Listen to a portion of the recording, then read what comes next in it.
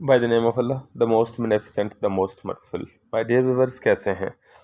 Dear viewers, इस वक्त आप देख रहे हैं इंग्लिश विद अरशद और आज का हमारा टॉपिक जनाब ऑडियो लिंगुअल मेथड। जो लोग बीएस इंग्लिश कर रहे हैं या जिनका एमए इंग्लिश कर रहे हैं और जो लैंग्वेज स्टूडेंट हैं उनके लिए ये टॉपिक इंतहाई अहमियत का हामिल है। ऑडियो लिंगुअल मेथड को आर्मी मेथड भी कहा जाता है। लेकिन टॉपिक पर जाने से पहले अगर आपने चैनल को सब्सक्राइब नहीं किया तो मेहरबानी करके अभी इसको सब्सक्राइब करें। बात करते हैं audio lingual method. The audio lingual method is a method of foreign language teaching which emphasizes the teaching of listening and speaking before reading and writing. It uses dialogue as the main form of language presentation and drills as the main training techniques. Mother tongue is discussed in the classroom. कि ये ऐसा method है जिसके अंदर हम mother tongue को reject करते हैं और हमारा जो फोकस है वो लिसनिंग और स्पीकिंग के ऊपर होता है। इसे आर्मी मेथड भी कहा जाता है। अगर हम बात करें जनाब इस मेथड की ज़रूरत क्यों पेश आई तो इसके बैकग्राउंड में चलते हैं जनाब। जब दूसरी जंग अजीम चल रही थी तो आर्मी के लोगों को जिनका तल्लुक़ मुख्तलिफ ममालिक से होता था उनको कम्युनिकेशन में गैप आ रहा था।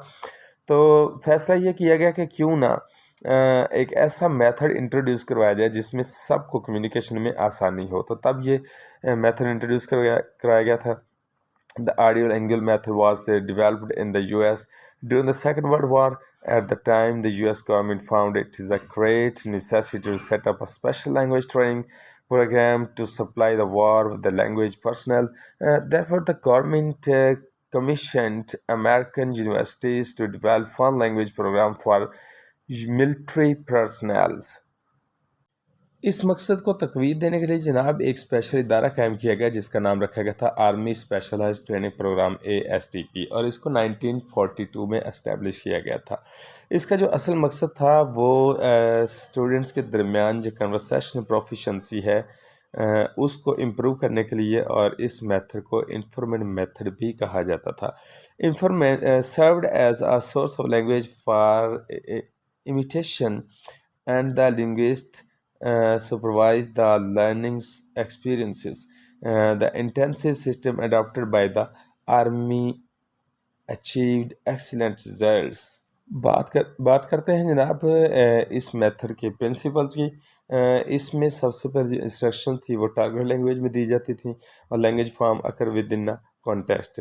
Students native language interface as little as possible. जो नेटिव लैंग्वेज थी उसको रिजेक्ट भी किया जाता था और उसको डिस्करेज भी किया जाता था, लेकिन जो टारगेट लैंग्वेज थी उस पर ज़्यादा फोकस किया जाता था।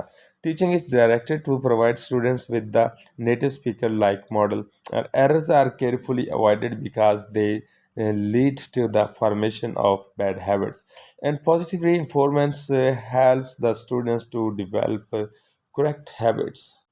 ये ऐसा मेथड था जिसके अंदर तमाम की तमाम इंफॉर्मेशन टारगेट लैंग्वेज में दी जाती थी। इसमें ज़्यादा फोकस लिसनिंग और स्पीकिंग के ऊपर होता था और कोशिश ये की जाती थी कि वोकैबुलरी को या स्ट्रक्चर को भी टारगेट लैंग्वेज में ही सिखाया जाता था। It is learn through repetition and imitation. Repetition की जाती थी, इमिटेशन की जाती थी and correct pronunciation, stress, rhythm etcetera. यानी कि इस मेथड को सिखाने के लिए जो ज़्यादा फोकस होता था वो टारगेट लैंग्वेज के ऊपर ही होता था और जितनी भी इंस्ट्रक्शन दी जाती थी चाहे वो स्टूडेंट्स को दी जाती थी वो सारी की सारी नेटिव लैंग्वेज में नहीं बल्कि टारगेट लैंग्वेज में दी जाती थी। बात करें इसकी टेक्निक्स की तो जनाब इसमें रेपिटेशन थी, इन्फ्लेक्शन था, रिप्लेसमेंट थी, रीस्टेटमेंट थी और कंप्लीशन थी। Students repeats an utterance aloud as soon as it has heard it. तालिब इल्म जो कुछ सुनते थे दोबारा उसको बोलते थे as it is और one word an utterance adopts appears in another form when repeated. जब कोई लफ्ज़ बोला जाता था उसको किसी और फॉर्म में बोला जाता था और बाज़ का ऐसे भी होता था कि एक लफ्ज़ की जगह पर कोई और लफ्ज़ भी बोल दिया जाता था। ट्रांसपोजिशन थी, किसी लफ्ज़ में कोई तब्दीली ज़रूरी होती थी तो उसके साथ कोई लफ्ज़ ऐड करके उसको तब्दील कर लिया जाता था। और जब किसी लफ्ज़ को एक्सपेंड करना होता था ज़रूरत के मुताबिक तो वो भी किया जा सकता था। कॉन्ट्रैक्शन थी, इसमें जनाब ट्रांसफॉर्मेशन थी, एक लफ्ज़ को दूसरी जगह तब्दील किया जा सकता था। इंटीग्रेशन थी और जनाब इसमें रेस्टोरेशन थी। Student is given a sequence of words that have been called from a sentence but still bear its basic meaning. बात करते हैं कुछ प्रोज ऑफ duolingual मेथड की जनाब। This is the first language learning method which is grounded on solid theory language learning.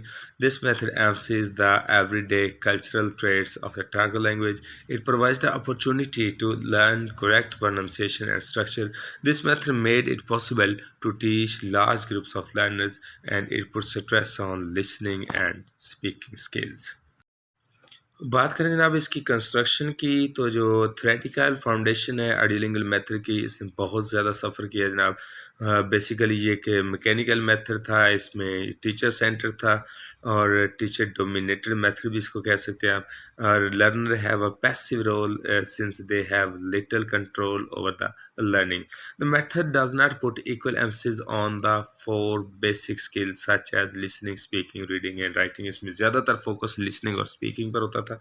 It considers only language from not meaning, just language पर focus किया होता था, उसकी मीनिंग पर नहीं किया जाता था। This method does not pay sufficient attention to communicate competence and it prefers accuracy to fluency। की accuracy को fluency की निस्बत ज़्यादा प्रेफर किया जाता था। डियर व्यूवर्स, ये था हमारा आज का लेक्चर ऑडियोलिंगुअल मेथड, जिसमें हमने इसके प्रिंसिपल को डिस्कस किया और इसमें हमने देखा कि इसको आर्मी मेथड भी कहा जाता है और इसमें लिसनिंग और स्पीकिंग पर ज़्यादा फोकस किया जाता है rather than reading and writing, और ये टीचर डोमिनेटेड है।